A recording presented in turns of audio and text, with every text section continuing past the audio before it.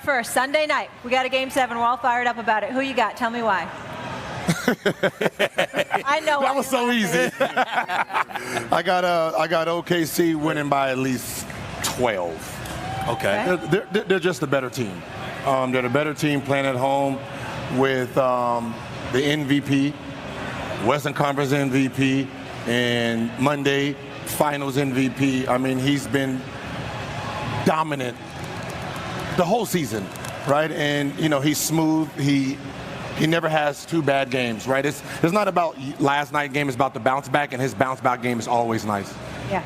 Let's see what? Yeah, I'm going OKC as well. I like SGA. I love what they're doing, home court advantage, their length, the switching, and then you got guys like Caruso who might get 3 steals, 4 steals, and you need those guys, and they play faster at home, so I like them to win it.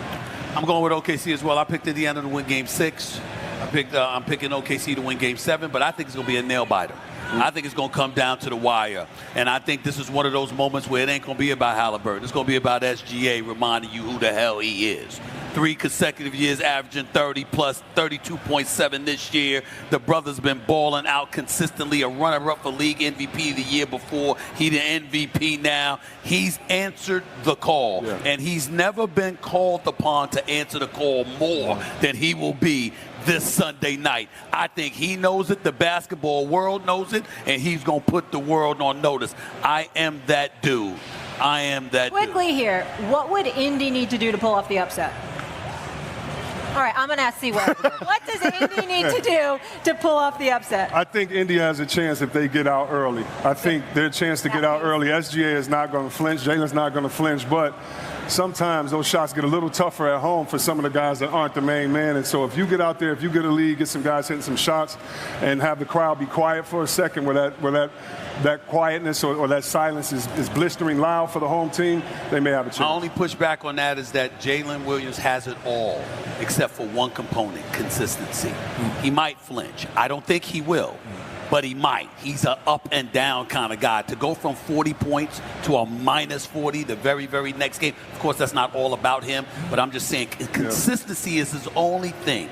That's nothing else. Everything else he has. I think if Hallie shows his brilliancy that he's been showing glimpses of, I think right now he's fighting who he really is. I think he wants to be the old Jason Kidd, the 10 and 12. That's not who you are, right? You're one of the best shooters on the floor, but you're passing to guys who are worse, right? So I think he needs to come out and be very aggressive. I think he needs that 30, 10, and 8 night for them to win. If he thinks he's going to score under 18 points and he thinks TJ is about to come in and get 4-5 steals and get the team riled up, and all, if that's what you're banking on, don't even show up. All right, we're going to leave it there. Appreciate you. Tremendous job. We'll see you in New York. C-Web, you killed it. Let us know if you ever want to come back. Great having you both. We appreciate Always welcome. you. Of a title, Indiana is desperate for a Game 7. Yeah, we just wanted to protect home court. You know, we didn't want to see these guys celebrate a championship on our home floor. Facing elimination, the Indiana Pacers with a dominant first half. We got exactly what we deserve, and we have to own that. This is a bludgeoning here in Game 6. The magic carpet ride for the Pacers is not over. They'll play for an NBA title on Sunday night. We have one game for everything we've worked for, and so do they. The better team Sunday will win. Might just be the best 2 words in sports. Game 7, we get it Sunday, and for the first time since 2016, it's one for all of the marbles. The Pacers seeking their first title in NBA history, while the Thunder will look to lift their first championship in Oklahoma City history. Meanwhile, the Thunder return home for Game 7, where they're on pace for one of the best postseasons at a home arena in NBA history, winning 9 games by double digits with a plus 247 points differential. No team has ever finished a postseason even plus 200, but not going to be easy for them. Facing elimination at home, the Pacers, they held OKC to a season-low 91 points to force the winner-take-all Game 7. Obi Toppin, he scored a team-high 20 off the bench. In Indiana, they've had 4 different leading scorers in the finals, tied for the most by any team since the merger. And they've been taking care of all of the award winners in this run as well. They've already eliminated Defensive Player of the Year and Coach of the Year this postseason. Now they've got their sights set on MVP Shai Gilgeous-Alexander. With the win on Sunday, Indy would be just the 4th team to take out all 3 major award winners in a single postseason since Defensive Player of the Year was first awarded in 1983. Elite company there. The 05 Spurs, the 01 Lakers, and the 97 Bulls. All right, for more on this Game 7 finals matchup, we welcome in NBA analyst Michael Wilbon here with us now. Before we talk Game 7, let's look back at Game 6 real quick because it was a surprising one. So what surprised you the most from Game 6? How well the Pacers played or how poor the Thunder played? Kelsey, all of it surprised me in Game 6. Wasn't anticipating any of that, and certainly not OKC to just sort of, wander after getting a 10-2 lead through the next 10 minutes of the game and into the second quarter. No, not expecting that. Not expecting Tyrese Halliburton to be that functional. I mean, you hate to see players get injured. I was hoping he'd be able to help his team, but maybe surprised at the degree to which he inspired his team, something that can't be quantified. Advanced analytics won't take you there. You have to be in the locker room and observe it. So the degree to which Halliburton was able to do that was surprising also. You can just have a laundry list of things that surprise from there, but those are the headliners for me. He was surprising in that he was so effective and that he was able to come out and inspire and do it in a big way and get that win. So let's look ahead to Sunday's game now, and will it be surprising? We'll wait and see. But there's so many players that have stepped up in this series. Who is the player that has to step up to decide the Game 7? Well, I don't even know it would be a step up. It would just be a step forward, and that's Shai Gilgeous-Alexander. And I'm not going to sort of off-road to find a role player or X factor. If you look back at the Game 7s in this NBA Finals history, just even the last 5 or 6 in 2016, it was LeBron James with a triple-double coming back to win at Golden State. 2010, Kobe Bryant with a 23-point, 15-rebound effort, to beat the Celtics. So I'm not going to look for a surprise. Kelsey, we had the surprise you just talked about, we talked about in Game 6. For Game 7, I'm looking for somebody who we all expect to deliver.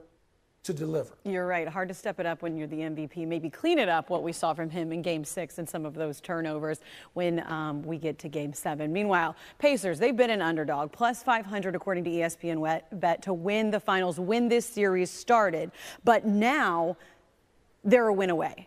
Where would this rank if the Pacers are able to do it for you in the biggest upsets? Oh, wow. If we're talking NBA Finals upsets, there are a few.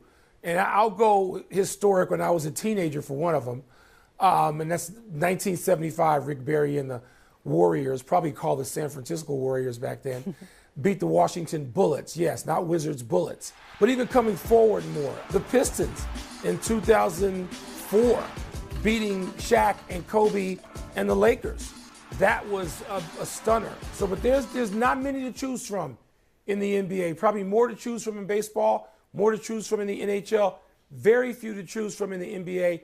The best teams and the greatest players usually win. We will see if that happens in Game 7. Pacers have gotten their 10th win as an underdog this season, tied for the most in a single postseason in the past 35 years. Will they get another? We will find. We get it Sunday in the NBA Finals. And speaking of lines, odds makers at ESPN Bet Sportsbook, they're favoring Thunder to cap off a dominant 68-win season with an NBA championship. OKC minus 265 on the money line, and India's plus 215. We'll see where this one stacks up. An all-time great game. But until then, David, let's take a look back at some of the best from NBA Game 7. Yeah, it just gives us an excuse to dust off the reels. 1970, the Willis Reed game. The Knicks captain against all odds, limping out of the tunnel, playing with a serious thigh injury, hit the first 2 baskets of the game.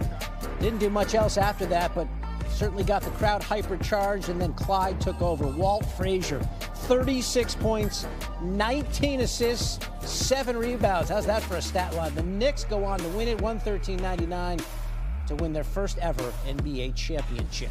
Let's go 1984, Game 7, Lakers and the Celtics. Larry Bird. The give and go, slams it down, and then the crowd going crazy. Boston fans say, okay, this one's over. We're coming. storming the court, winning the NBA Finals again, their 15th championship as they take down the Lakers in the NBA Finals for the 8th time. 26 years later, the Celtics and Lakers would reconvene in a Game 7. Kobe, 23 points, 15 rebounds. Got a lot of help from this guy, Pau Gasol. 19 and 18 boards. With a minute to go, here's the call by Mike Breen. Bryant looking. Artest, that's a three. Bang! Lakers by 6 with a minute to play. Kobe would win Finals MVP. The Lakers would win their 16th NBA title, number 5 for Bryant. And that was that. How about 2016, Cavs and Warriors? Yeah, that Warriors team, the 73-win team. But LeBron James, 27-point triple-double late in the game. One of the most iconic plays. ESPN's Mike Breen again. Iguodala to Curry, back to Iguodala, up for the layup. Oh, blocked by James. Man, what a play that was. And Kyrie Irving coming up big as well. Looking, goes and nails the huge three-pointer to seal the win. LeBron just can't believe it. He addressed the city of Cleveland after. Cleveland! This is for you! Oh! The Cavaliers won their first NBA championship.